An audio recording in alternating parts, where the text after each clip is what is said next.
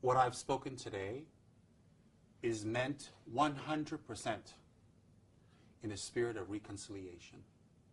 The reconciliation of what? All this negative talk between the Dorje Shugden and anti-Dorje Shugden people. This must stop. This is harming Buddhism. Practicing Dorje Shugden doesn't harm Buddhism because for 400 years we have been practicing Dorje Shugden and it has not harmed Buddhism.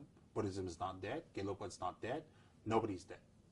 Okay, only from 1996 till now, suddenly, if we practice Dorje Shugden, it harms Buddhism.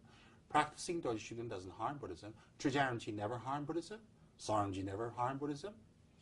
Lama Yeshe, who practiced Dorje Shugden till he died, never harmed Buddhism.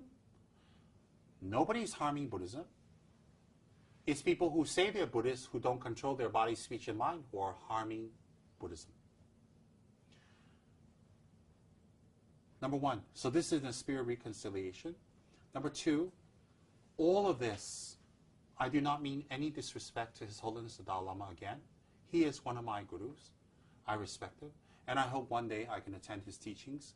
I hope he will grant me and allow me the great honor to attend his teachings. At the same time, I do not presume or order or insist His Holiness that he must do something himself.